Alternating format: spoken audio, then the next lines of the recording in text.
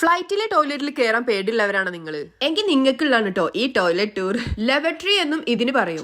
ഒരാൾക്ക് നിൽക്കാൻ പറ്റുന്ന ഈ സ്പേസിൽ എന്തൊക്കെ ഉണ്ടെന്ന് നമുക്ക് കാണാം. ഫസ്റ്റ് തന്നെ വാഷ് ബേസിനും ഒരു മിററും കാണാം. അതിന്റെ സൈഡിലായിട്ട് ടിഷ്യൂ പേപ്പർ. പിന്നെ ഇതേ ടോയ്ലറ്റിന്റെ തൊട്ട് മുകളിലായിട്ട് ഫോൾഡ് ചെയ്ത് വെച്ചൊരു പാർട്ട് ഉണ്ട് കേട്ടോ. കുട്ടികളുള്ളവർക്ക് കുട്ടികളെ കിടത്തി ഡൈപ്പർ ചേഞ്ച് ചെയ്യാനുള്ള ഒരു സ്പേസ് ആണ് കേട്ടത്. പിന്നെ ഇതേ ടോയ്ലറ്റിന്റെ സൈഡിലായിട്ട് തന്നെ ലേഡീസിനുള്ള സാനിറ്ററി നാപ്കിൻസും വൊമിറ്റിംഗ് തോന്നുന്നവർക്ക് വൊമിറ്റ് ചെയ്യാനുള്ള സിക്നസ് ബാഗും ആണ് കേട്ടോ ഈ ഇരിക്കുന്നത്.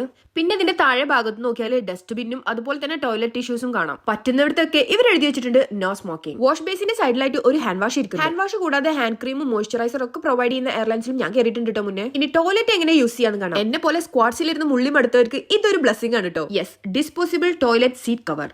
അത് ഇതുപോലെ ഒന്ന് എടുത്ത് ഇതിന്റെ മുകളിൽ വിരിച്ച് നമുക്ക് കാര്യം സാധിക്കാട്ടോ. ഇനി ഹൈജീൻ പേടിച്ച് ഫ്ലൈറ്റിൽ കയറി നിങ്ങൾ മുള്ളാതിരിക്കണ്ട. ഇനിയാണ് എനിക്ക് ഏറ്റവും പേടിയുള്ള പാട്ട്. പ്രത്യേകിച്ച് പേടിക്കാനൊന്നുമില്ല ഗസ്, നല്ല സൗണ്ടിലാണ് ഫ്ലഷ് അടി, അത്രേ ഉള്ളൂ. അപ്പോൾ ടാറ്റ ബൈ ബൈ. യാത്രകൾ ഇഷ്ടപ്പെടുന്നവർ ഫോളോ ചെയ്യാൻ മറക്കല്ലേ.